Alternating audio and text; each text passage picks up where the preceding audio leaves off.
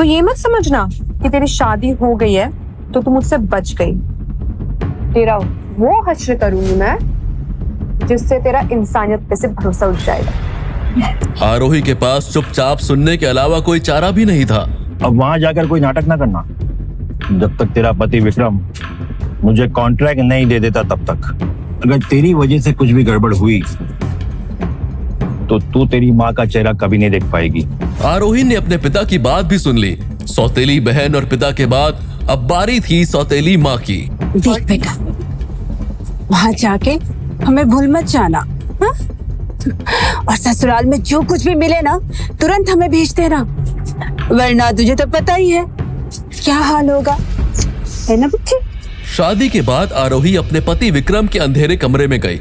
सिर्फ एक लाल रोशनी में विक्रम बेड पर लेटा था तो आरोही उसका चेहरा देखकर हैरान रह गई। वो बहुत खूबसूरत चेहरा था, जैसा लोग कहते थे, बिल्कुल उसके उलट। और आरोही को उसने कुछ पेपर दिए। ये देख आरोही हैरान रह गई। आप हाँ, यही है मेरा असली चेहरा और मैं अपने पैरों पर खड़ा हो सकता हूं। ये लो, इन पेपर्स पर साइन कर दो। ये क्या है? हमारी शादी का कॉन्ट्रैक्ट 100 दिनों का। कॉन्ट्रैक्ट? शादी का? मैं कुछ समझी नहीं। हाँ, कॉन्ट्रैक्ट। इतना सरप्राइज होने की जरूरत नहीं है क्योंकि ये बात तुम भी जानती हो कि तुमने ये शादी ना मुझसे प्यार के लिए की है ना मैंने तुमसे। तो साइन करने में कोई प्रॉब्लम नहीं होनी चाहिए। और हाँ, फिक्र मत करो, हमारा ये कॉन्ट्रैक्ट पूरे होते ही मैं तुम्हें इतनी दौलत दूंगा कि तुम्हारी बाकी की जिंदगी बहुत ही ऐशो आराम में कटेगी। क्यों कर रहे हैं आप ये? तुम्हारी इस बात का जवाब नहीं देना चाहता मैं। और हाँ, तुमने मेरे बारे में लोगों से सही सुना। जो इंसान मुझे ज्यादा समझ नहीं आता वो इस दुनिया में ज्यादा दिन टिकता नहीं। Just sign these. डराने की कोशिश कर रहे हैं आप मुझे? कोई जरूरत नहीं है। पेपर साइन करना है ना, मैं कर देती हूँ, लेकिन डर के नहीं, अपनी मर्जी से करती हूँ। और आपने बिल्कुल सही कहा, मुझे भी आपसे शादी नहीं करनी थी, लेकिन जब ये रिश्ता आया मुझे हाँ कहना पड़ा, आपसे शादी करनी पड़ी। इसलिए मुझे कोई रकम देने की जरूरत नहीं है, मैं अपना पेट खुद पाल सकती हूँ। अब बेफिक्र रहिए।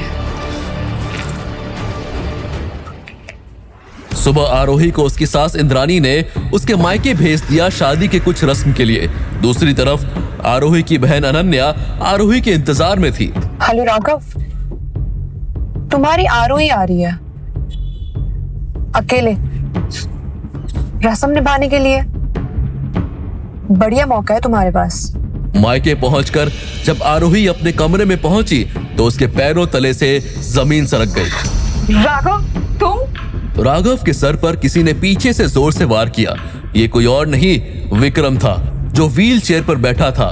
विक्रम आरोही को राघव से बचाकर अपने घर ले आया, लेकिन जब वो विक्रम के बेडरूम में जाने लगी तभी विक्रम के वफादार चरण ने उसे रोक लिया। आप अंदर नहीं जा सकती, सरकार का हुक्म है कि आप उनके बेडरूम में कभी नहीं जाएंगे। ये सुनते ही आरोही का गुस्सा मानो 7वें आसमान पे पहुंच गया, इसलिए वो अपने आप को रोक नहीं पाई और तीखी आवाज में कहा, ठीक है, नहीं जाऊंगी। मुझे भी कोई शौक नहीं ऐसे खड़ूस नक्शड़े इंसान के साथ एक ही कमरे में रहने का। ये बताओ कि मैं फिर किस कमरे में रहने वाली हूँ, या फिर मेरे लिए कोई कमरा है या नहीं? इसके बाद चरण आरोही को एक बड़े से बेडरूम में ले गया, जिसे बहुत खूबसूरती से सजाया गया था। आरोही का सारा सामान भी उसी कमरे में रखा हुआ था। चरण वहां से चला गया। आरोही थक चुकी थी, उसने नहाने का फैसला लिया। जब तक आरोही डिनर करने पहुंची तब तक विक्रम लगभग अपना खाना खा चुका था। थोड़ी देर बाद ही वो डिनर टेबल से उठ खड़ा हुआ। तभी आरोही का सेल फोन बजा। हेलो, कल का लंच मेरी तरफ से। किस खुशी में? अरे यार, मेरी जो गांव की जमीन थी ना, वो फाइनली बिक गई है और मुझे बहुत सारे पैसे आए हैं, और तू भी तो मेरी अच्छी दोस्त है, तो बस तेरे साथ लंच करने का मन करा। ठीक है, आ जाऊंगी। और मोहित को भी बुला लो। तू पागल है क्या? पागल मैं नहीं, तू है जो तुझे इतने टाइम से पता नहीं कि वो तुझसे कब से और कितना प्यार करता है। मेरी शादी हो गई है। हाँ हाँ मुझे पता है तेरी शादी हो गई है, और मुझे ये भी पता है कि तुझसे ये शादी जबरदस्ती करवाई गई है। रिश्ता तो अनन्या के लिए आया था ना। देख, तू मोहित को बुला लेना, लेकिन मैं नहीं आऊंगी। तुम दोनों साथ में लंच कर लेना, ठीक है? अरे यार तू तो बुरा मान गई यार। अच्छा ठीक है, नो मोहित, सिर्फ तू और मैं। कल आ जाइयो हार्ट ऑफ इटालियंस में 1 o'clock। ओके बाबा, ठीक है। आरोही अगले दिन ठीक 1 बजे हाउस ऑफ इटालियंस पहुंच गई। पूजा आरोही को लेकर अपने रिजर्व टेबल तक पहुंची तो वहां एक प्रेमी जोड़ा खुले आम रोमांस करने में लगा हुआ था, इसलिए आरोही ने उन्हें टोकते हुए कहा, अभी आप लोगों का हो गया हो तो ये टेबल खाली कर दीजिए, अभी हमारी बुकिंग है। और इतना सुनते ही वो प्रेमी जोड़ा अलग हुआ। लेकिन जैसे ही उनके चेहरे पर आरोही की नजर पड़ी तो मानो उसके पैरों तले से जमीन ही खिसक गई। वो चौंकते हुए बोल पड़ी, उत्कर्ष, साक्षी, तुम लोग? हाँ तुम, इसमें चौंकने वाली क्या बात है? हम तो यहाँ हर हफ्ते आते हैं। वैसे तुम यहाँ क्या कर रही हो? क्योंकि इस जगह आने की तुम्हारी औकात तो है नहीं। साक्षी आरोही की चचेरी बहन थी, जबकि उत्कर्ष आरोही का पहला प्यार। उन दोनों की सगाई भी होने वाली थी, लेकिन सगाई से 1 दिन पहले आरोही ने उसे साक्षी के साथ रोमांस करते पकड़ लिया था, जिसके बाद उनकी सगाई टूट गई थी और तब से उत्कर्ष और साक्षी साथ थे। इंसान को ना सिर्फ अपनी औकात की सोचनी चाहिए, दूसरों की नहीं। अब तुम लोग का हो गया हो ना तो फटाफट यहाँ से निकलो। दिस इज आवर टेबल, हमने रिजर्व की है। मैनेजर ने उत्कर्ष और साक्षी को टेबल खाली करने को कहा तो उत्कर्ष भड़क उठा। तू मुझे यहाँ से उठ के जाने को कह रहा है? मुझे भूल गया है क्या? महीने में 10 बार से ज्यादा आता हूँ यहाँ पे, लाखों रुपए खर्च करता हूँ। क्या चाहते हैं, यहाँ आना बंद कर दूं मैं? मैनेजर ऐसा कीमती ग्राहक गंवाना नहीं चाहता था। मैम आप मेरे साथ आइए, मैं आपको इससे भी बेहतर टेबल देता हूँ। हमने ये टेबल बुक कराई है, हम यही बैठेंगे। आपको सच का साथ देना चाहिए और आप हमें ही बोल रहे हैं। ये टेबल हमने रिजर्व की हुई है, इन्हें कोई और टेबल दे दीजिए ना। आप दोनों नहीं मानोगे? मतलब क्या मतलब? अभी समझाता हूँ। सिक्योरिटी! लेकिन इससे पहले कि वो सुरक्षा गार्ड आरोही और पूजा को छू भी पाते, वहां एक भारी भरकम आवाज गूंजी। क्या हो रहा है यहाँ? आरोही ने पलट कर देखा तो उसकी आंखें बाहर आ गई, क्योंकि ये आवाज किसी और की नहीं बल्कि विक्रम की थी और उसके बगल में खड़ी थी आरोही की बहन अनन्या। विक्रम ने मैनेजर को बुलाया, जो विक्रम के डर से मानो कांप रहा था। तभी अनन्या ने कुछ ऐसा कहा जिसे सुनकर आरोही के कानों में जोर की हलचल पैदा हो गई। राजवीर, इसमें सदाकांत की क्या गलती थी? ये आरोही और साक्षी दोनों मेरी बहन हैं और उनकी बचपन से कभी नहीं बनी। अनन्या के मुंह से विक्रम की जगह राजवीर सुनकर आरोही और भी हैरान हो गई। फिर विक्रम ने वहां खड़े एक वेटर से कहा, आज से तुम यहाँ के नए मैनेजर और यहाँ सबके लिए एक समान रूल्स है। इसके बाद जहां विक्रम अनन्या के साथ वीआईपी सेक्शन में चला गया, वहीं साक्षी और उत्कर्ष से खाली कराई गई टेबल पर पूजा और आरोही खाना खाने लगे। लेकिन साक्षी और उत्कर्ष वहां से गए नहीं थे। एक जोर का मुक्का पड़ा, जिसके 2 दांतों के साथ साथ वो खुद भी जमीन पे जा गिरा। ये मुक्का उसे विक्रम ने मारा था, जो उसे और भी मारना चाहता था, लेकिन आरोही ने उसे रोक लिया। आरोही ने विक्रम का हाथ पकड़ लिया। विक्रम भौचक्का रह गया, जबकि मौका देख के उत्कर्ष तूफान की तरह वहां से भाग खड़ा हुआ। शर्म नहीं आई तुझे अपनी बहन के बॉयफ्रेंड के साथ ये सब करते हुए? हाँ, इसके बाद मेरे राजवीर के आसपास तू दिखी ना तो तेरे पति को रिकॉर्ड करके सब भेज दूंगी, समझी? राजवीर। ये देखते ही अनन्या गुस्से, जलन और डर से भर गई, क्योंकि विक्रम ने आरोही के इस कदम का विरोध भी नहीं किया। अनन्या ने खुद से बात करते हुए कहा, राजवीर कहीं आरोही के चक्कर में तो नहीं फंस गया? नहीं, मैं ऐसा नहीं होने दे सकती। मैं किसी भी सूरत में ये होने नहीं दे सकती। और अगर ऐसा हो गया तो मेरे हाथ से एक अमीर प्रेमी नहीं कहूंगी मैं सिर्फ, बल्कि आरोही राजवीर को यह भी बता देंगी कि उस रात कमरे में मैं नहीं आरोही थी उसके साथ। अगर राजवीर को ये पता लग गया तो वो मुझे बहुत से भी बदतर सजा देगा, क्योंकि मैंने उसे खुद बताया था कि उस दिन होटल इंपीरियल में मैं उसके साथ थी। अनन्या नहीं चाहती थी कि विक्रम को पता चले कि उस रात वो उस कमरे में आरोही और विक्रम के जाने के बाद आई थी और वहीं उसे राजवीर की अंगूठी मिली थी। उसने जिंदगी में कभी इतनी कीमती अंगूठी नहीं देखी थी। अगले ही दिन वो उसे बेचने बाजार में निकल पड़ी थी। ये अंगूठी आपके पास कैसे आई? ये तो मालूम है बहुत कीमती है, मुझे मेरे प्रिंस ने दी थी, मतलब मेरा बॉयफ्रेंड, और कहा था कि अगर जरूरत पड़े तो अंगूठी बेच देना, बहुत ज्यादा पैसे आएंगे जिससे जिंदगी ऐश से कटेगी। तो बताइए क्या कीमत दोगे आप इस अंगूठी की? अनन्या ने ये बातें बड़ी सहजता से बोली थी। ये सोचकर शायद सुनार को यकीन हो जाए कि उसने ये अंगूठी चुराई नहीं है, लेकिन सुनार एक पल को भी ये मानने को तैयार नहीं हुआ कि वो सच बोल रही है। उसे अब डर लगने लगा कि कहीं सुनार उसे चोर समझकर पुलिस ना बुला ले, जो वो किसी भी सूरत में नहीं चाहती थी। इसलिए उसने एक झटके से वो अंगूठी सुनार से वापस छीन ली और कहा, खैर छोड़िए, मुझे नहीं लगता आपकी दुकान में इतने पैसे हैं कि अंगूठी खरीद सके आप। मैं कहीं और दुकान में पूछ लूं। शुक्रिया। इसके बाद अनन्या वहां से निकल गई, लेकिन अब उसके कदम बड़ी तेजी से आगे बढ़ रहे थे। वो जल्द से जल्द अपने घर पहुंचना चाहती थी, क्योंकि उसे ये लग रहा था कि सुनार ने जरूर पुलिस को कॉल किया होगा। लेकिन इससे पहले कि वो कोई ऑटो या टैक्सी ले पाती, एक बड़ी लग्जरी कार ने उसका रास्ता ब्लॉक कर दिया, जिसमें से अगले ही पल एक महिला उतरी जिसने एक महंगा सूट पहना हुआ था। हेलो मिस, मेरा नाम शनाया है। क्या आप बता सकती हैं कि जो अंगूठी अभी आप बेचने की कोशिश कर रही थी वो आपको कहाँ से मिली? ये सुनते ही अनन्या का दिल जोरों से धड़कने लगा। वो अब समझ चुकी थी कि शायद इस अंगूठी ने उसको बहुत बड़ी परेशानी में डाल दिया है। इसलिए उसने अंगूठी निकाली और शनाया की ओर बढ़ाते हुए गिड़गिड़ाने लगी। देखिए, मैं सच कह रही हूँ, मैंने अंगूठी चोरी नहीं की है। मुझे अंगूठी उस दिन होटल इंपीरियल के कमरे में मिली थी। आप चाहे तो अंगूठी रख लीजिए, बट मेरी जान बख्श दीजिए प्लीज।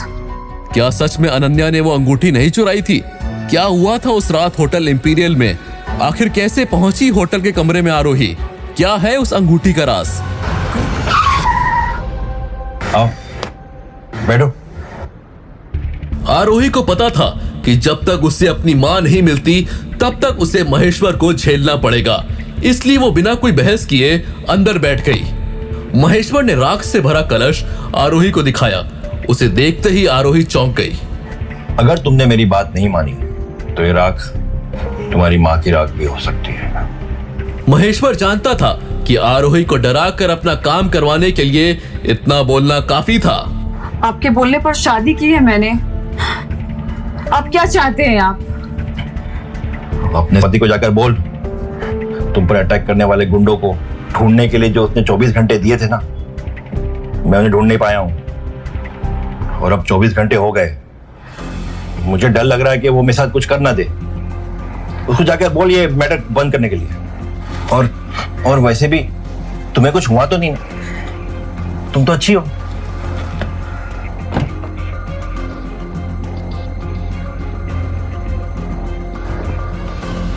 अगर तुम अपनी माँ को सलामत देखना चाहती हो तो जो मैं कहूंगा वो तुम्हें करना होगा। आरोही को किसी भी हाल में अपनी माँ को सेफ रखना था। आखिरकार इस पूरी दुनिया में वही एक उसकी अपनी थी। इसलिए आरोही के पास महेश्वर की बात मानने के अलावा और कोई ऑप्शन बाकी नहीं था। परेशान आरोही सीधा घर चली गई, क्योंकि वो जल्द से जल्द विक्रम से कांटेक्ट करना चाहती थी। लेकिन घर आने के बाद उसे नौकरों से पता चला कि विक्रम अभी घर नहीं आया था।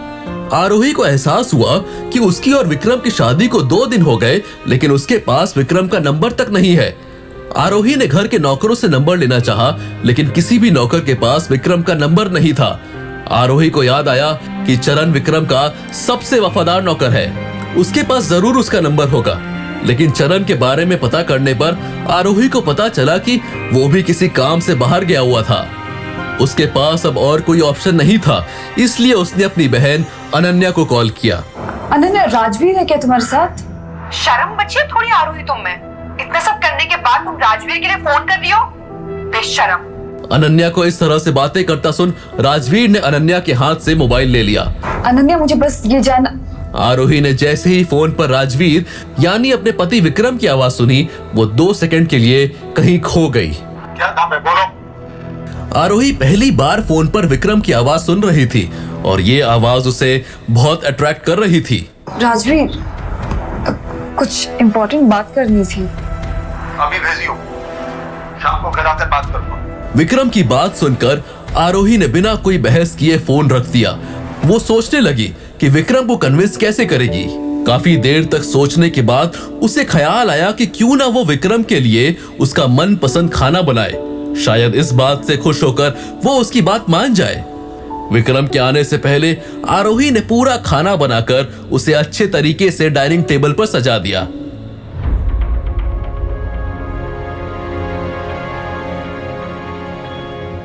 विक्रम जैसे ही घर आया तो उसे खाने की खुशबू आने लगी।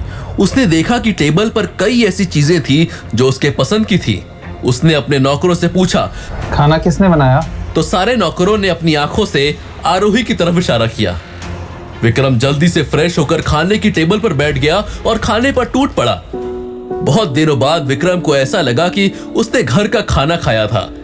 खाना तो पसंद आया था, लेकिन साथ ही उसे आरोही के फोन कॉल वाली बात याद आ गई।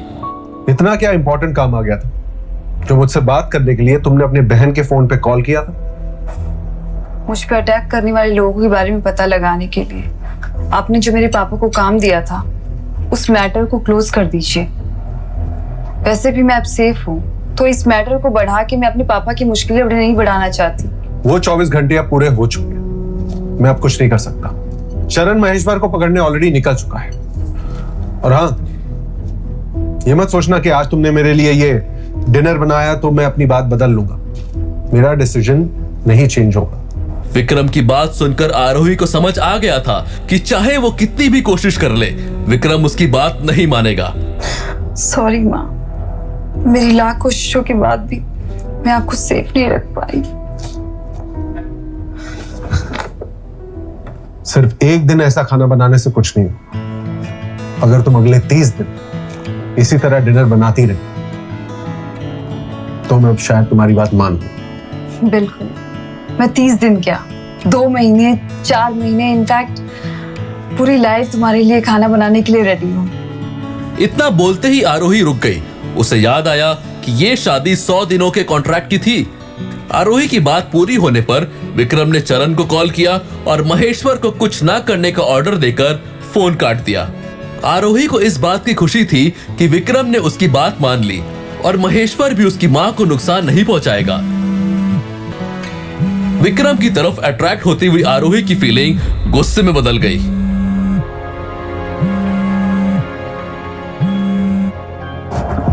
हेलो, मैंने तुम्हें कितनी बार बोला है ऐसी कभी भी मुझे कॉल मत किया कर।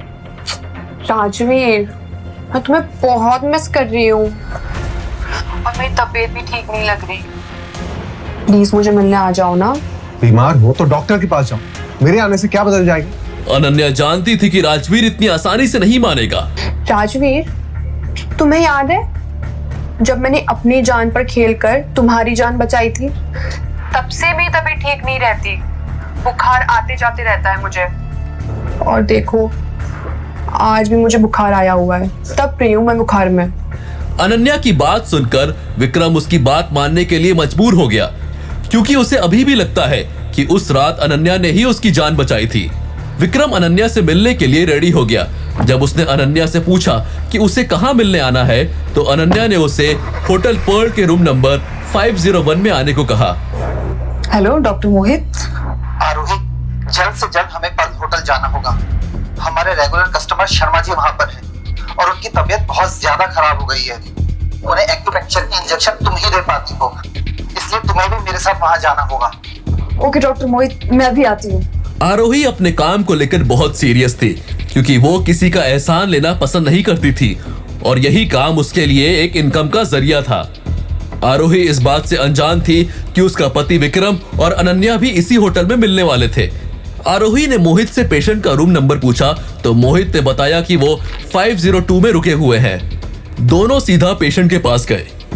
अपने काम में एक्सपर्ट आरोही ने अच्छी तरह से पेशेंट की ट्रीटमेंट की। इंजेक्शन के लगते ही पेशेंट की हालत में थोड़ा सुधार आया।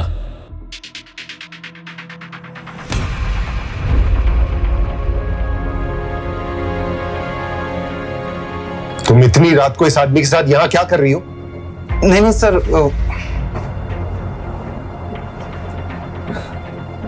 हर कोई एक जैसा नहीं होता और न ही एक ही मकसद से कहीं आता है। आप जो यहाँ करने आए थे, मैं वो करने तो यहाँ बिल्कुल नहीं आई थी। आरोही के मन में कई बातें चल रही थी। अभी थोड़ी देर पहले बैठकर मेरे साथ खाना खा रहे थे और अभी मेरी बहन के पास आ गए। उसे बुरा भी लग रहा था और गुस्सा भी आ रहा था। हालांकि उसे पता था कि विक्रम से सफाई मांगने का उसके पास हक बिल्कुल नहीं है।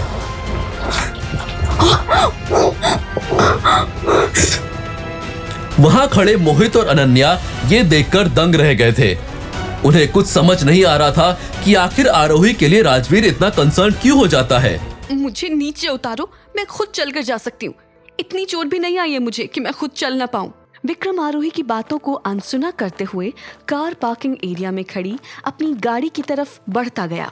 विक्रम को गाड़ी की तरफ आता देख ड्राइविंग सीट पर बैठी लेडी स्वर्णा ने कार का डोर अनलॉक कर दिया। स्वर्णा भी विक्रम की ड्राइवर थी। विक्रम आरोही को कार के बैक सीट पर बैठाकर उसके पैर में लगी चोट को देखने लगा।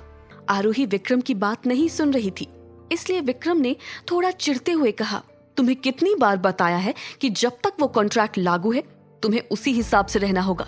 आज से, इनफैक्ट अभी से तुम जहां भी जाओगी मुझे बताकर जाओगी। आप मेरे फ्रीडम को मुझसे छीन रहे हैं। मैं इस तरह गुलामी नहीं कर सकती। अब चाहे कॉन्ट्रैक्ट में आपने कितने भी क्लॉज लगाए हों, मैं नहीं मानने वाली, क्योंकि मैं कल ही आपसे डिवोर्स ले लूंगी।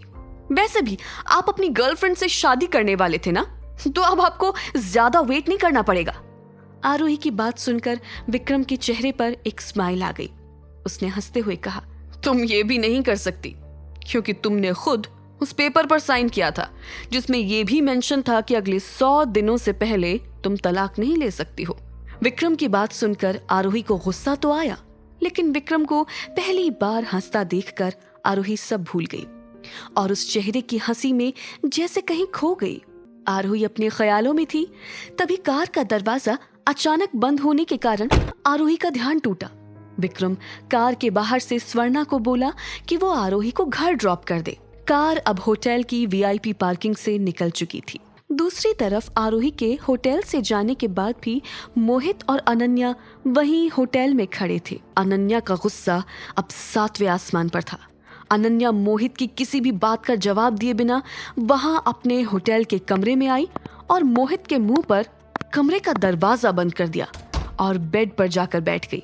तभी अनन्या के फोन पर राजवीर का कॉल आया। कॉल पिक करके वो जल्दी से बोली, कहाँ चले गए थे? मैं नहीं आ पाऊंगा, तुम वापस घर चली जाओ। ये सुनते ही अनन्या चिढ़ गई। उसे इस बात का यकीन होने लगा था कि आरोही और राजवीर के बीच कुछ तो चल रहा है। अनन्या ने अपने फोन से शहर के सबसे बड़े गैंगस्टर को कॉल लगाया। वो इस गैंगस्टर से न्यू ईयर की पार्टी पर मिली थी और उसके साथ अनन्या की अच्छी पहचान थी। गैंगस्टर के कॉल पिक करते ही अनन्या ने कहा, तुम्हारे लिए काम है, लेकिन 30 लाख रुपए लगेंगे। वो लड़की अब विक्रम की वाइफ है। ऐसे में उसकी वाइफ को मारने का रिस्क लूंगा तो मेरी जान को भी खतरा हो सकता है। 10 लाख से ज्यादा नहीं दूंगी। काम हो जाने पर मुझे कॉल करना। इतना बोलकर अनन्या ने आगे का प्लान बताकर फोन काट दिया। अगली सुबह आरोही जब फ्रेश होकर अपने कमरे से बाहर आई तो उसने देखा कि विक्रम का स्टडी रूम खुला था। विक्रम के स्टडी रूम में जाने की परमिशन किसी को नहीं थी। बिना किसी काम के चरण भी वहां नहीं जाता था। ऐसे में कमरा खुला देखकर आरोही को लगा कि विक्रम आ गया होगा, इसलिए वो स्टडी रूम की तरफ गई। कमरे में कोई नहीं था, लेकिन वहां चेयर पर एक नेकलेस पड़ा हुआ था, ठीक वैसा ही जैसा आरोही को उसकी माँ ने दिया था। वो नेकलेस उसके बर्थडे वाली रात वाले हादसे के बाद से नहीं मिल रहा था। बिल्कुल वैसा ही नेकलेस देखने के बाद आरोही उसे ठीक से देखने के लिए स्टडी रूम के अंदर जाने लगी तो चरण ने उसका हाथ पकड़कर बाहर खींच लिया और बोला, ऐसे आपका हाथ पकड़ने के लिए माफी चाहता हूँ मैडम, लेकिन सरकार के इस कमरे में जाने की इजाजत किसी को नहीं है। आप क्यों उनके गुस्से का शिकार होना चाहती हैं? चरण ने अभी अपनी बात पूरी की ही थी, तभी आरोही के फोन पर अननोन नंबर से कॉल आया। उसने कॉल पिक किया तो दूसरी तरफ से आवाज आई, आरोही, मैं बोल रही हूँ अनन्या। तुम्हारी माँ घर आ गई है और बार बार तुम्हारा नाम लेकर तुमसे मिलने की जिद कर रही हैं। अगर हो सके तो तुम जल्दी घर आ जाओ। वो भागकर बाहर गई। उसे लगा कि जितनी जल्दी वो अपनी माँ के पास पहुंच जाए, इसलिए जैसे ही उसे अपने घर के बाहर एक कैब दिखी, वो बिना कुछ सोचे उसमें बैठ गई। गाड़ी में बैठते ही आरोही ने देखा कि ड्राइवर उसकी तरफ देखकर एक भयानक हंसी हंस रहा था और अगले ही मिनट उसने एक रुमाल पर केमिकल डालकर आरोही के नाक पर रखकर उसे बेहोश कर दिया। उसके बाद ड्राइवर उसे एक पुराने खंडहर में ले गया, जहां रस्सी से उसके हाथ पैर बांध दिए। कुछ देर बाद आरोही के मुंह पर एक जग पानी फेंकते हुए उसे होश में लाया। कितने टाइम से तुम्हारा पीछा कर रहा हूं। पागल हो गए हो तुम? क्योंकि तुम शायद भूल गए हो कि अब मैं किसकी बीवी हूँ। उस बीमार इंसान से मुझे क्या डरना। अब मैं जैसा बोल रहा हूँ वैसा करो। उसने कुछ सोचकर नाटक करते हुए गैंगस्टर से कहा, देखो, मैं अभी मरना नहीं चाहती, इसलिए मेरे पास तुम्हारी बात मानने के अलावा और कोई ऑप्शन नहीं है। लेकिन मेरे हाथ खोलोगे तभी तो मैं तुम्हारी बात मान पाऊंगी। आरोही के मुंह से ये बात सुनकर गैंगस्टर खुश हो गया और उसने आरोही के हाथ पैर खोल दिए। हाथ पैर खोलते ही चुपके से पर्स से एक्यूपंक्चर का इंजेक्शन निकालकर गैंगस्टर के पेट में लगा दिया। इंजेक्शन के लगते ही गैंगस्टर जमीन पर गिर गया। अपने बॉस को ऐसे बेहोश देखकर वहां उसके साथ खड़े 2 गुंडे आरोही पर हमला करने दौड़े, पर आरोही ने खुद को बचाते हुए उन दोनों को भी इंजेक्शन लगा दिया। उसने अपने बैग से मोबाइल निकाला और पुलिस का नंबर डायल किया। बेहोशी की दवा जो गैंगस्टर ने उसे सुंघाई थी और चाकू लगने की वजह से आरोही खुद को संभाल नहीं पाई और पुलिस से कॉल कनेक्ट होने से पहले वहीं जमीन पर बेहोश होकर गिर गई। विक्रम अपनी गाड़ी में बैठकर एक बहुत ही जरूरी मीटिंग के लिए शहर से बाहर जा रहा था। इस मीटिंग के लिए विक्रम ने 2 साल तक लगातार मेहनत की थी। गोल्डन ग्रुप, जिसके साथ वो मीटिंग के लिए जा रहा था, भारत के सबसे बड़े वेंचर कैपिटल ग्रुप्स में से एक था। मीटिंग से ठीक 3 मिनट पहले विक्रम गोल्डन ग्रुप के हेडक्वार्टर्स के बाहर पहुंच चुका था। विक्रम गाड़ी से उतरने ही वाला था कि एकदम से उसका फोन बज उठा।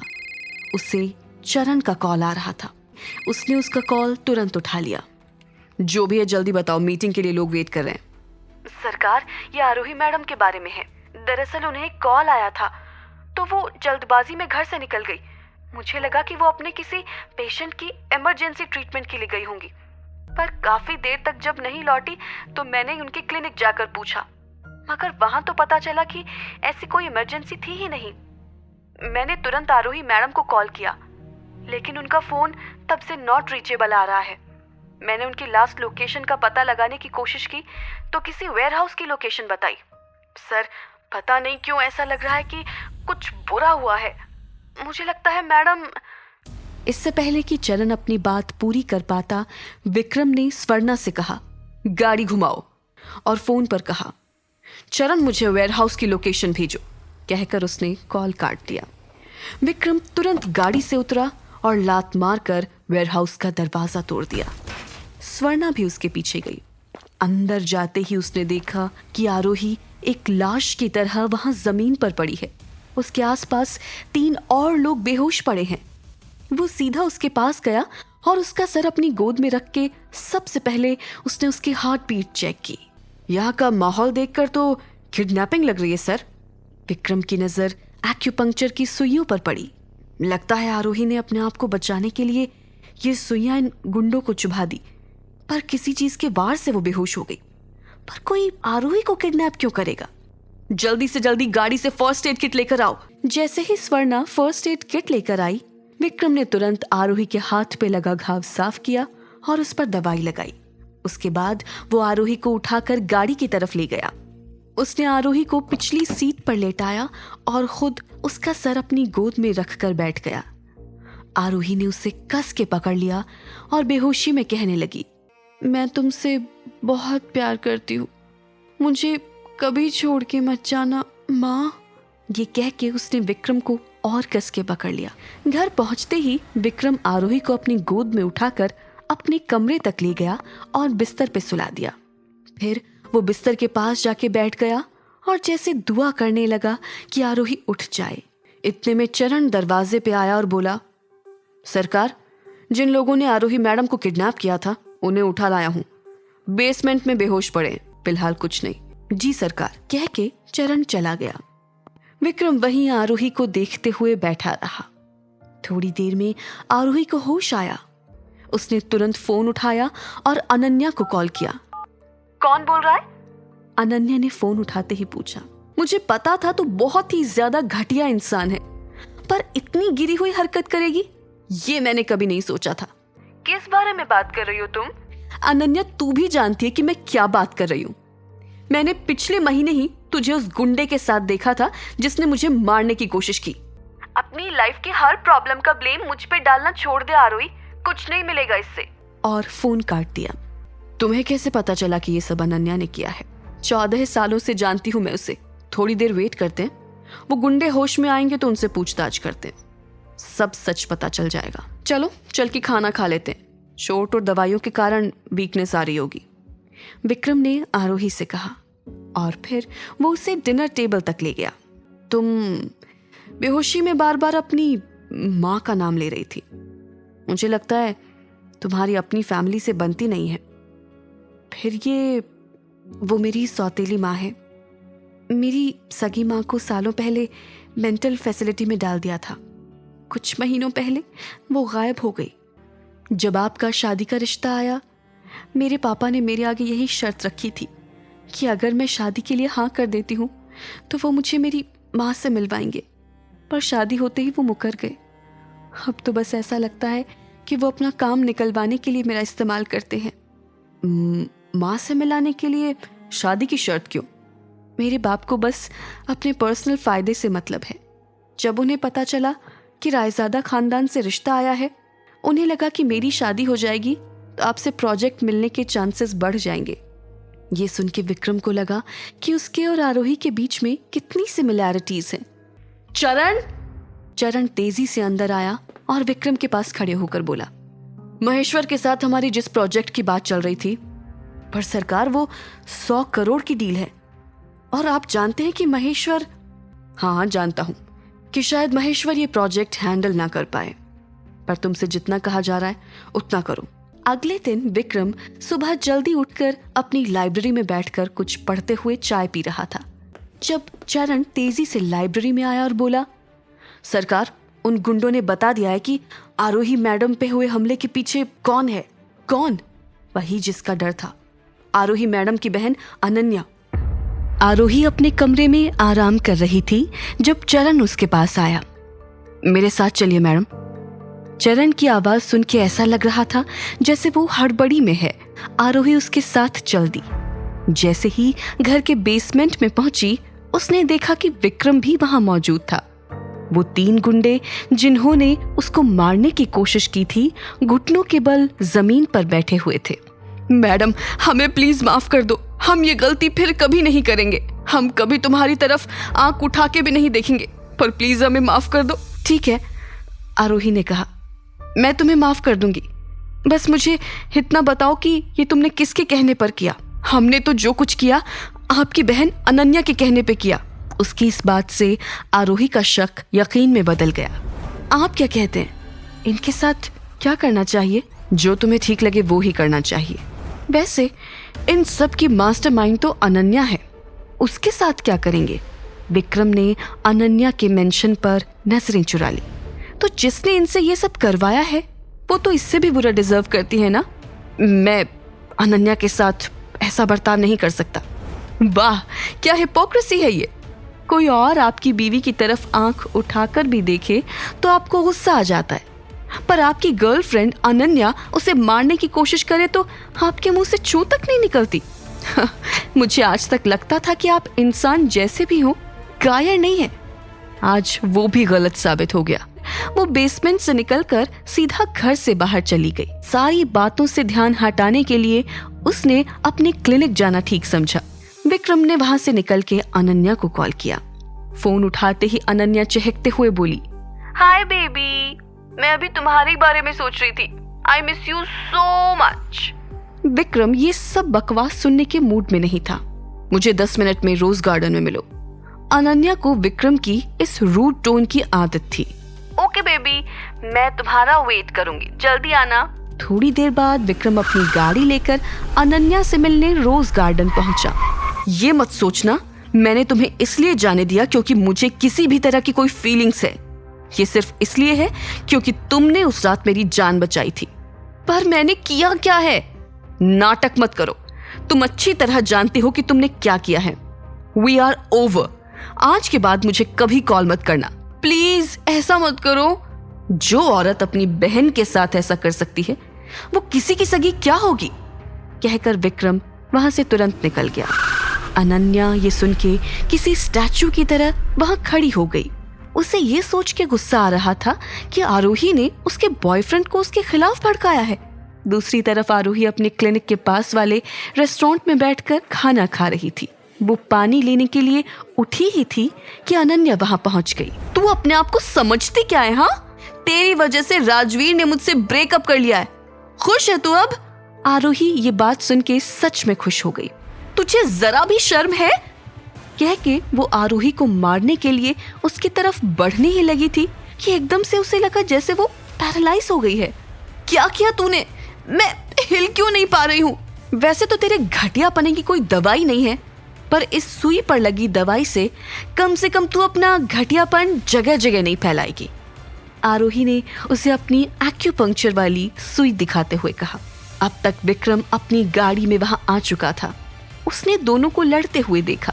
अनन्या से ब्रेकअप करने के बाद विक्रम को पूरा यकीन था कि अनन्या कुछ न कुछ उल्टा सीधा करेगी, इसलिए उसने आरोही के क्लिनिक आने का फैसला किया था। अनन्या ने सरकास्टिक टोन में कहा, पापा को विक्रम का प्रोजेक्ट मिल चुका है, ऐसा नहीं हो सकता। उन्होंने कहा था कि प्रोजेक्ट साइन होने पे मुझे माँ से मिलवाएंगे। आरोही कुछ समझ नहीं पा रही थी। उसने तुरंत अपना बैग उठाया और अनन्या को वहीं पड़ा हुआ छोड़कर वहां से जाने लगी। बाहर निकलते ही उसे विक्रम की गाड़ी वहां खड़ी दिखी। विक्रम ने दरवाजा खोला और आरोही को अपने पास बुलाया। आपने मेरी वजह से अनन्या से ब्रेकअप किया? विक्रम ने हाँ में सर हिला दिया और वो वहां से जाने लगी कि विक्रम ने उसे रोककर एक अंगूठी दी और उसे पहनने को कहा। ये अंगूठी मेरे लिए बहुत स्पेशल है और मैं चाहता हूं कि मेरी पत्नी ये अंगूठी अपनी उंगली में पहने। आरोही ये सुन के शर्मा सी गई और अंगूठी पहन के वहां से चली गई। वो ये नहीं जानती थी कि उसके अंगूठी में एक जीपीएस ट्रैकर था जिससे आरोही की लोकेशन हमेशा विक्रम को पता चलती रहे। दूसरी तरफ आरोही सीधे महेश्वर एंड कंपनीज पहुंची। वो सीधा महेश्वर के केबिन में चली गई। और कितना झूठ बोलोगे आप मुझसे? आरोही थोड़ा लिहाज रखो, ये मेरा ऑफिस है। मैं लिहाज रखूं? माँ से मिलाने के नाम पे मेरा रिश्ता तय करें आप। विक्रम से बचने के लिए मेरी माँ को मारने की धमकी दे आप। विक्रम से प्रोजेक्ट मिल जाने के बाद भी मुझे मेरी माँ से ना मिलवाए आप और मैं लिहाज रखूं? आरोही, टेक्निकली मैंने तुमसे कोई झूठ नहीं बोला है। एक बिजनेस डील को पूरा होने में टाइम लगता है, तो जब तक मेरे पास डील के पूरे पैसे नहीं आ जाते मैं तुम्हें तुम्हारी माँ से नहीं मिला सकता। मेरा हो गया है आपकी झूठ सुन सुन के। अरे मैं कैसे मान लूं कि आप अब भी झूठ नहीं बोल रहे हैं? ठीक है, मैं तुम्हें तुम्हारी माँ से मिलवा दूंगा ताकि तुम श्योर हो जाओ कि वो सही सलामत मेरे पास है, पर तुम उसे अपने साथ तभी ले जाओगी जब मेरी डील पूरी हो जाएगी, ठीक है? उसने तुरंत हाँ में सिर हिला दिया। ठीक है, मैं आज ही तुम्हें तुम्हारी माँ से मिलवा दूंगा, लेकिन फिलहाल तुम बाहर जाओ और थोड़ा वेट करो, मैं अपनी मीटिंग खत्म करके आता हूँ। आरोही के बाहर जाते ही महेश्वर मीटिंग रूम से निकलकर अपने ऑफिस के कैबिन में गया और अपनी पत्नी सुधा को कॉल करके वहां बुला लिया। क्या तुम पागल हो गए हो? अगर आरोही अपनी माँ से मिल लेगी तो उसे वो राज पता चल जाएगा। 14 साल से इस राज को राज बनाए रखने में हमारे कितने पैसे खर्च हुए। उस आरोही की माँ को पागल साबित करके पागल खाने भेजना इतना आसान नहीं था। अरे मेरी माँ, थोड़ा धीरे बोलो, मैं भी कोई कच्चा खिलाड़ी नहीं हूँ। जब तक हमारा मकसद पूरा नहीं हो जाता मैं सच को बाहर नहीं आने दूंगा। इतना बोलकर महेश्वर बाहर चला गया। कार पार्किंग में एक काली कार महेश्वर के पास रुक गई। महेश्वर ने आरोही से कहा, अगर अपनी माँ से मिलना चाहती हो तो जैसा मैं बोल रहा हूँ वैसा ही करो। सबसे पहले अपना फोन ऑफ कर लो। अगर मुझे पता चला कि तुमने थोड़ी सी भी चालाकी की है तो उसी वक्त तुम्हारी माँ से मिलने का सपना टूट जाएगा। जैसे ही आरोही फोन ऑफ करके कार में बैठी, कार में बैठे ड्राइवर ने उसकी आंखों पर एक काली पट्टी बांध दी। उसके बाद महेश्वर ने उसे सख्त हिदायत दी कि जब ड्राइवर बोलेगा कि लोकेशन पर आ गए हैं उसके बाद ही इस पट्टी को उतारना।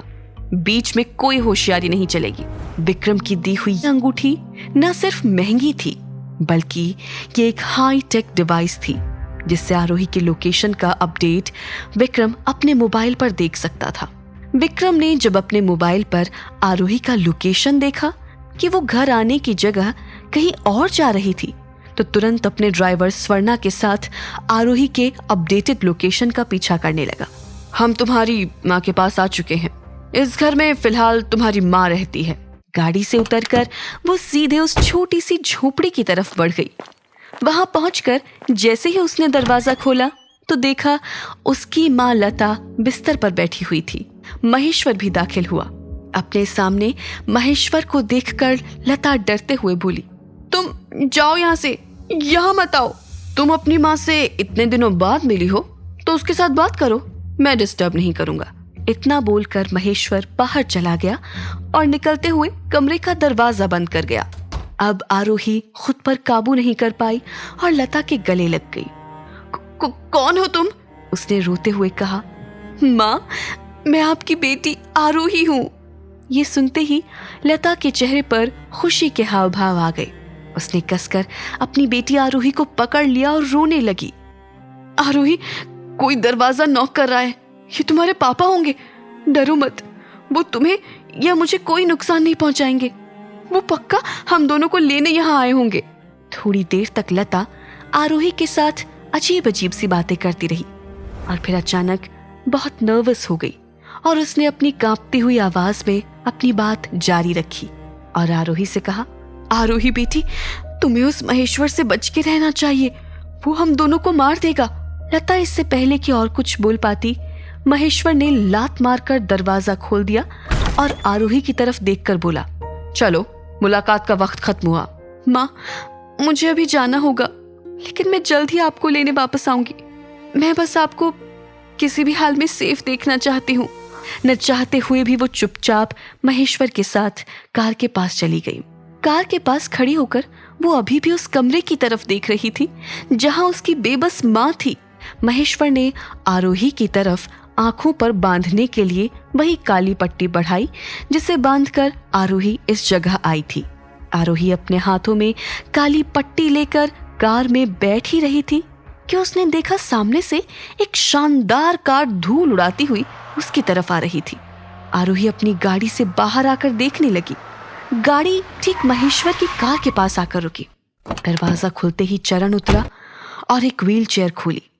इसके बाद स्वर्णा ने पीछे वाली सीट का दरवाजा खोला और विक्रम को उतारकर व्हील चेयर पर बैठाया। मैं यहाँ अपनी वाइफ और उसकी माँ को लेने आया हूँ। माफ कीजिएगा विक्रम जी, आपके लिए अच्छा होगा कि आप मेरे फैमिली मैटर्स में ना पड़े। आप अपनी पत्नी को लेकर यहाँ से जा सकते हैं, लेकिन उससे ज्यादा कुछ करने की इजाजत मैं आपको नहीं दूंगा। आपको क्या लगता है मैं आपसे परमिशन मांग रहा हूँ? मैं वही करूंगा जो मैंने अभी अभी कहा। विक्रम की बात सुनकर महेश्वर कुछ बोलता इससे पहले उसके गुंडों के सरदार ने गुस्से में विक्रम की तरफ देखा और बोला, आज तू गया। उसके आदमी विक्रम पर हमला करने दौड़े। महेश्वर उन लोगों को रोकना चाहता था मगर तब तक बहुत देर हो गई थी। हालांकि गुंडे विक्रम तक पहुंच पाए इससे पहले ही विक्रम के साइड में खड़े चरण और स्वर्णा ने गन निकाली। ये सब देखकर महेश्वर की आंखें फटी की फटी रह गई। उसकी अब अपनी जगह से हिलने की भी हिम्मत नहीं हो रही थी। आरोही हैरान थी। वो बिना वक्त गवाए सीधा अपनी माँ के कमरे की तरफ गई। वहां अभी भी 2 गुंडे खड़े थे, लेकिन किसी ने डर के मारे आरोही को अंदर जाने से रोका नहीं। आरोही दरवाजा खोलकर कमरे में गई और बोली, चलो माँ, घर चलो। आरोही जल्दी से लता को बाहर ले गई और उसे विक्रम की गाड़ी में बैठा दिया। उसके बाद आरोही ने स्वर्णा के हाथ से गन छीनी और लेकर महेश्वर के सामने दाग दी। देखो बेटा, तुम ऐसा नहीं कर सकती। भूलो मत मैंने तुम्हें जन्म दिया है, मैं तुम्हारा पिता हूँ। तुम मेरा क्या, किसी भी लड़की का बाप होने लायक नहीं है। आरोही ने बिना अपनी पलक झपकाए महेश्वर से कहा, तुमने मेरे और मेरी माँ के साथ जो किया उसके लिए अगर मैं आज तुम्हारी जान भी ले लूं तो मुझे पाप नहीं लगेगा, लेकिन मैं तुम्हारी तरह हैवान नहीं हूं, इसलिए आज मैं तुम्हारी जान बख्श रही हूं। लेकिन आज से मेरा और माँ का तुमसे कोई रिश्ता नहीं है। इतना बोलकर आरोही सीधा कार में अपनी माँ के पास आकर बैठ गई। आरोही के कार में बैठते ही विक्रम ने चरण की तरफ इशारा किया और चरण ने व्हीलचेयर पर बैठे विक्रम को कार में बैठने में मदद की। विक्रम को कार में बैठता देखकर लता ने आरोही से पूछा, ये कौन है और ये हमारे साथ क्यों बैठ रहा है? ये आपकी बेटी के पति हैं। आपकी बेटी की शादी हो चुकी है। लता फिर बड़बड़ाने लगी, बेटा दरवाजा बंद कर लो वरना बिल्ली आ जाएगी। कुछ ही देर में आरोही और लता बातें करते करते गाड़ी में ही सो गए। महेश्वर के साथ मेरी कंपनी जो प्रोजेक्ट करने वाली थी उसे कैंसिल कर दो और उस तक मेरा ये मैसेज पहुंचा दो कि आज तक उसे इस कंपनी से जो भी बेनिफिट मिल रहे थे वो अब नहीं मिलेंगे। ठीक है, आप सभी को घर पहुंचाने के बाद मैं सारे पेपर्स रेडी करवा देती हूँ। कुछ ही देर में सब घर पहुंच गए। स्वर्णा ने आरोही को जगाया। आरोही ने देखा कि विक्रम वहां नहीं था और उसकी माँ वहीं सो रही थी। दवाई के असर की वजह से लता की नींद गहरी थी, इसलिए आरोही ने स्वर्णा और चरण के साथ मिलकर लता को कमरे में ले जाकर सुला दिया। सरकार ने कहा है कि आज से आपकी माँ इसी कमरे में रहेगी, ठीक आपके कमरे के पास। और मैडम, अब आपको डरने की भी जरूरत नहीं है। आपकी माँ अब आपके घर में सेफ है। इतना बोलकर चरण अपने काम में लग गया। आरोही कमरे का दरवाजा बंद करके विक्रम के पास फर्स्ट फ्लोर पर चली गई। आरोही 2 कदम विक्रम की तरफ बढ़ के बोली, आपने मेरी माँ की जान बचाई, उसके लिए थैंक यू। मैं आपका ये एहसान कभी नहीं भूलूंगी। फ्यूचर में कभी भी अगर आपको मेरी हेल्प की जरूरत होगी तो मैं हमेशा आपकी मदद के लिए तैयार रहूंगी। खुद को कभी अकेली मत समझना।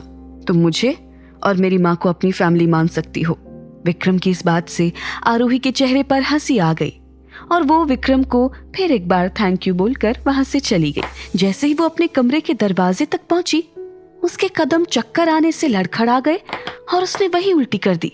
आरोही की ये हालत फर्स्ट फ्लोर से ऊपर आते चरण ने देख ली। वो भागता हुआ आरोही के पास आया और बोला, मैडम, ये तीसरी बार आपको ऐसे उल्टी होते देख रहा हूँ। आपकी तबीयत तो ठीक है ना? ऐसी कोई बड़ी बात नहीं है, शायद थकान और स्ट्रेस की वजह से हो रहा होगा। आरोही की बात सुनकर चरण वहां से चला गया। आरोही अपने कमरे के दरवाजे पर खड़ी थी। उसने देखा कि विक्रम अपने कमरे में जाने की जगह अपने स्टडी रूम में जा रहा था। उसने वहां जाकर दरवाजा अंदर से बंद कर दिया। विक्रम स्टडी रूम में रखे उसी नेकलेस को देख रहा था जो उस रात उस लड़की के पास से मिली थी जिसने उसकी जान बचाई थी। जब भी मैं इस नेकलेस के करीब आता हूँ, मुझे इस नेकलेस से वैसी ही खुशबू आती है जैसी खुशबू मुझे आरोही के करीब जाने पर आती है। अनन्या ने कहा कि उसने उस रात मेरी जान बचाई थी, लेकिन पता नहीं क्यों मेरा मन ये मानने को तैयार ही नहीं होता। विक्रम अभी भी ये सब सोच रहा था कि तभी किसी ने स्टडी रूम का दरवाजा नॉक किया। कम इन। इसी के साथ दरवाजा खोलकर चरण दाखिल हुआ। सरकार, बुरा न मानो तो एक बात बोलूं? सरकार, आपने कई बार मैडम की मदद की, उनकी जान बचाई, यहाँ तक कि उनकी माँ की जान बचाकर उन्हें भी घर ले आए। इन सबको देखते हुए साफ पता चलता है कि आपको आरोही मैडम की बहुत परवाह है। आप आरोही मैडम के साथ ये कॉन्ट्रैक्ट वाली शादी खत्म कर दो। आरोही मैडम से बोल देना कि वो 100 दिनों वाला कॉन्ट्रैक्ट एक झूठ था और आप दोनों सही में पति पत्नी हो हमेशा के लिए। चरण की ये बातें सुनकर विक्रम ने कोई जवाब नहीं दिया और उसे बाहर जाने के लिए बोल दिया। उसके जाने के बाद विक्रम चरण की बातों पर गौर करता हुआ आरोही के बारे में सोचने लगा। विक्रम कमरे में खड़ा मुस्कुरा रहा था। तभी कमरे के दरवाजे पर उसने एक लंबे हैंडसम आदमी को खड़ा देखा। आलोक भैया, आप यहाँ कब आए? तुम तो अपने भाई की ड्यूटी जानते हो।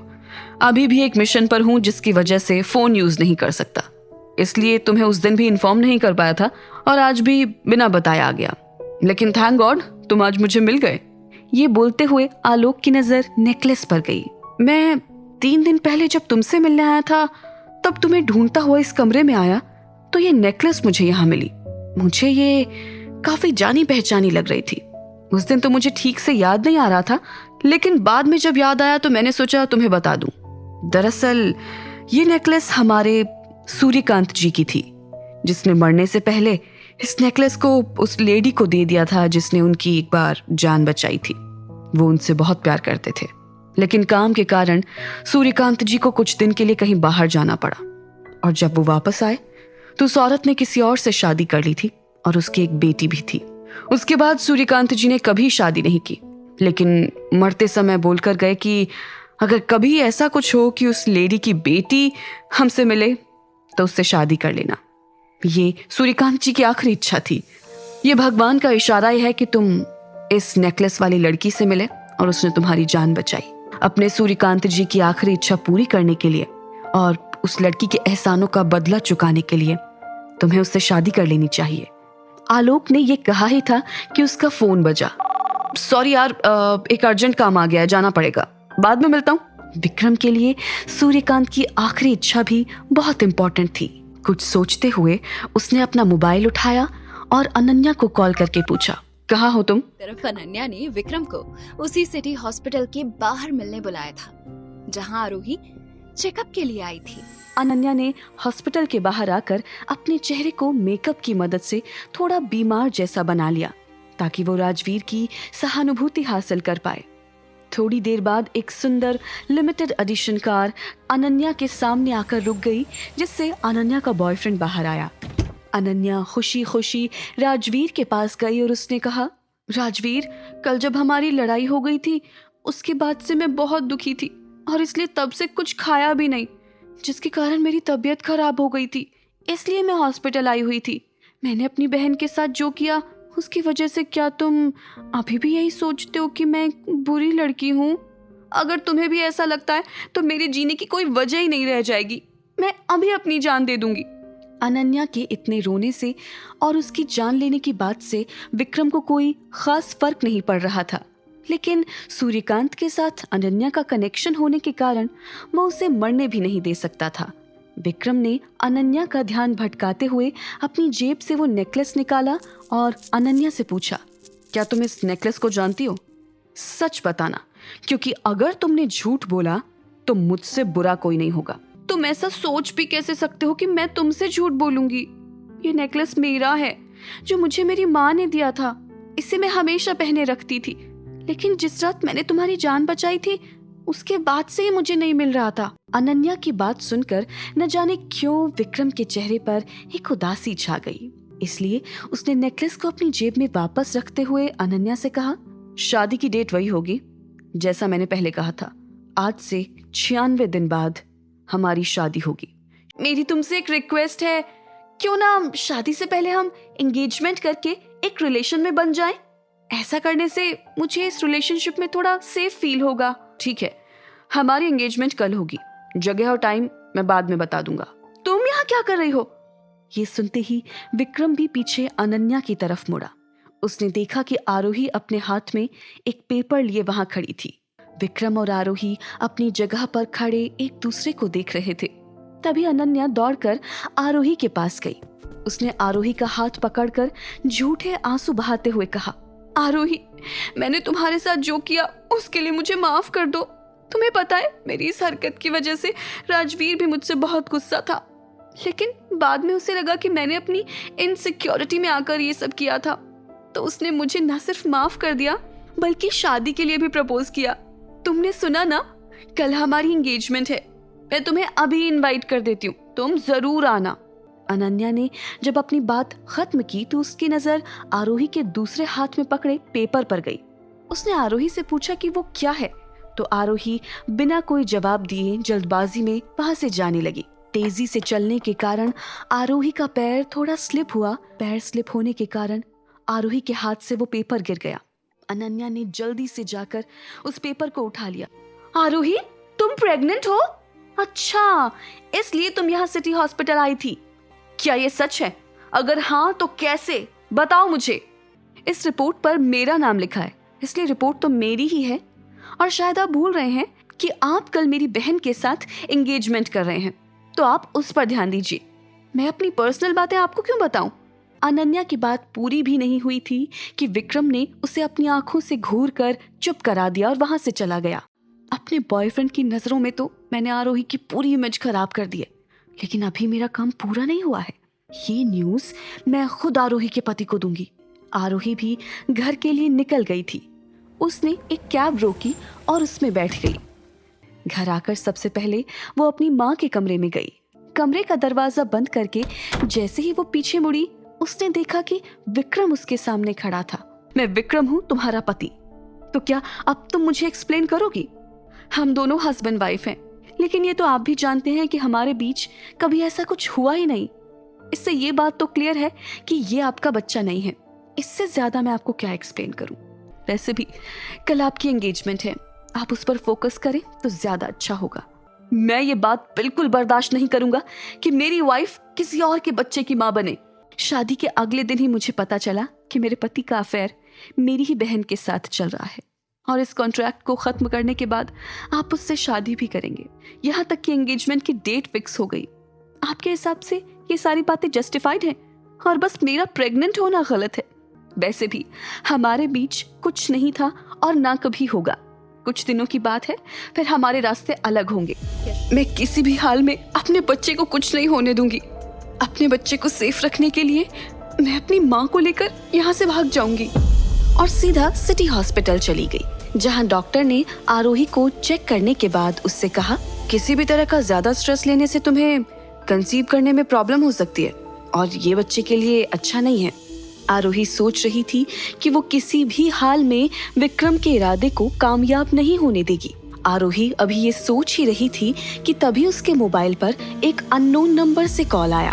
उसके कॉल रिसीव करते ही दूसरी तरफ से आवाज आई, विक्रम बात कर रहा हूँ, कहाँ हो तुम? मम्मी वापस आ गई हैं और आते ही तुम्हें ढूंढ रही हैं। मुझे कुछ काम था इसलिए बाहर आई थी। इतना बोलकर उसने फोन काट दिया और घर के लिए निकल गई।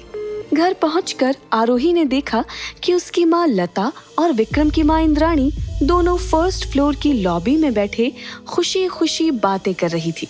तुम्हारी माँ के साथ बातें करके मुझे अच्छा लगा।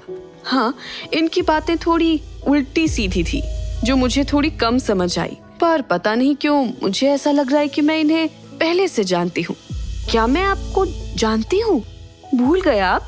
अभी हमने अपना रिश्ता बनाया था जिसमें हम दोनों बहनें हैं और मैं आपकी बड़ी बहन हूँ। विक्रम भी वहीं व्हीलचेयर पर बैठा इन तीनों की बातें सुन रहा था और खुद से बातें करते हुए बोला, आज बहुत दिनों बाद ये घर थोड़ा घर जैसा लग रहा है। ये सब सिर्फ आरोही के कारण पॉसिबल हो पाया। इस ख्याल से उसके चेहरे पर छोटी सी स्माइल आ गई। वो बस आरोही की तरफ देख रहा था। आरोही को विक्रम की माँ ने एक पेंडेंट निकाल कर दिया और कहा, इसे पहन लो, भगवान तुम्हारी रक्षा करेंगे। बिना कुछ बोले उसने पेंडेंट पहन लिया। थोड़ी देर तक तीनों औरतों ने बातचीत की। अगली सुबह जब उसकी आंख खुली तो विक्रम बेड पर नहीं था। अपने बेड से उठकर आरोही जल्दी से तैयार होकर नीचे जा रही थी कि इंद्राणी ने उसे रोका और नाश्ते के लिए बोला, लेकिन आरोही ने मना कर दिया क्योंकि उसे क्लिनिक जाने के लिए लेट हो रहा था। आरोही ने डिसाइड किया कि वो आज ही अपनी माँ को लेकर वहाँ से चली जाएगी। आरोही घर से निकली, लेकिन क्लिनिक न जाकर वो सीधा एक ज्वेलरी स्टोर पर गई।